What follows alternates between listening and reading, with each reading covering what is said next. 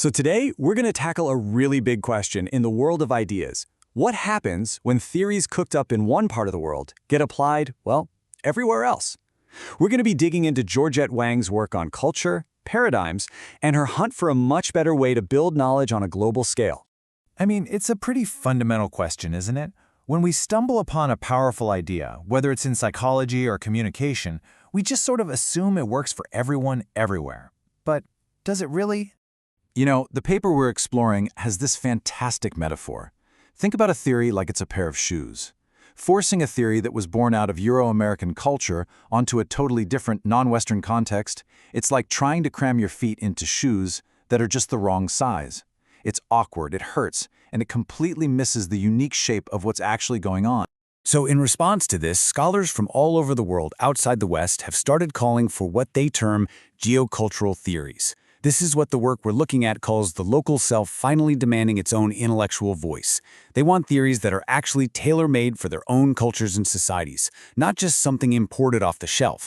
Okay, so problem solved, right? Let's just create local theories. Well, not so fast. This effort immediately slams into a massive wall, a deep, fundamental contradiction that the paper calls the geocultural paradox. This quote from Gunasekara and Kuo just nails the dilemma perfectly. To be true to a specific culture, a theory has to be particularistic, unique. But for it to even be called a theory in the first place, it has to be general or universalistic. So how on earth can it be both of those things at the same time? And boom, you're caught in a conceptual trap. It's a total catch-22.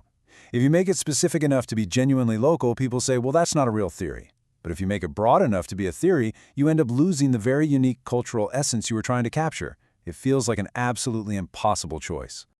And believe me, the problems don't stop there. As Wang's work points out, the whole idea of a theory is kind of a Western invention to begin with. And another thing, who exactly is the we in our own theory? Cultures are not these single, solid blocks. A Chinese theory might not fit people in Taiwan, Hong Kong, and the mainland in the same way. All this focus on being specific also risks just creating a bunch of academic silos that don't talk to each other. So it really looks like a dead end. But Georgette Wang argues the problem isn't the goal itself. The problem is the hidden rules of the game, the intellectual framework that's forcing everyone into this no-win situation. This makes you ask a deeper question, right? What is the real barrier here? It's clearly more than just cultural differences. There's some kind of invisible assumption, a mental model that's trapping everyone in this paradox. Okay, to really get this, we need to talk about the concept of a paradigm.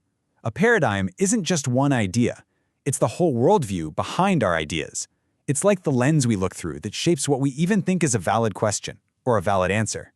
And here it is. This is the culprit. Georgette Wang says the hidden barrier is a super dominant paradigm from Western philosophy, the universality/particularity model. Let's call it the UP model. This is the intellectual box that's been trapping everybody. The URP model basically works like a light switch. It's either on or it's off. It assumes an idea is either 100% universally true for every single person, or it's just a random, particular, local quirk that has no real theoretical value. There is no middle ground. And this rigid either-or logic is the very thing that creates the paradox we just talked about. So if the old model is broken, if it's a dead end, what's the alternative? This is where Wang's paper proposes a completely new way of thinking, a new pair of shoes, you could say. Wang introduces a whole new framework called the commensurability/incommensurability model, or the C/I model for short. Now, this isn't just some minor adjustment. It is a fundamental shift in the entire paradigm. This chart really lays it out perfectly. On the left, you've got the old UMP model. It's mechanistic, rigid, it demands absolute commonality and forces that either-or choice on you. But in contrast, the new CI model on the right is organic, it's dynamic, it's not looking for universal commonality, it's looking for similarity, and it embraces a both-and logic where ideas can interact.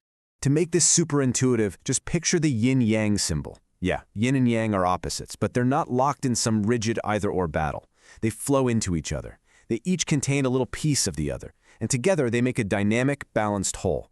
That's the kind of worldview that's behind this C/I model.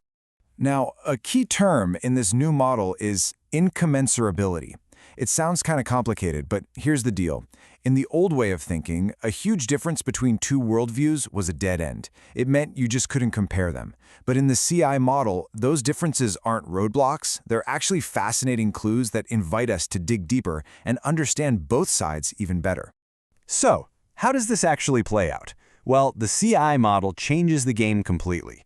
Instead of hunting for these perfect universal laws, you start looking for workable similarities. And you treat those tricky differences and contradictions not as failures, but as the most interesting data you've got. They become the launchpad for brand new insights. This whole shift in our thinking takes us from a paradox that feels completely unsolvable, and it opens up an entire new universe of possibility for research and for understanding each other. And this leads to a huge upgrade in the kind of questions we can ask. We stop asking a simple, kind of boring yes or no question like, does theory X work in country Y? And instead we ask something so much more productive. How does the reality in country Y force us to rethink the challenge and ultimately to improve theory X for everyone? Let's use a real example from the source, agenda-setting theory. The old approach would just test if media in, say, China sets the public agenda. Yes or no? The C/I model asks a way better question. How does the unique context of state-controlled media in China, or the wild use of social media during the Arab Spring, show us totally new and different ways that influence works, ways the original theory never even dreamed of? When you get down to it, the whole purpose is to change the very nature of the global academic conversation. The paper argues that for way too long, it's been an intellectual monologue. Basically, the West has been talking to itself. Theories are developed there, tested elsewhere, and then the results just go back to the West. The goal here isn't to isolate local knowledge so it stands apart from the world.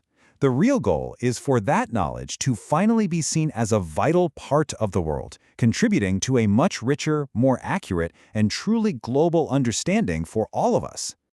So this leaves us with one final, big question to think about. If we agree that our search for knowledge should be a true dialogue, not a monologue, then what do we have to do next to make sure every single voice is not just heard, but is an active partner in building our shared understanding of the world?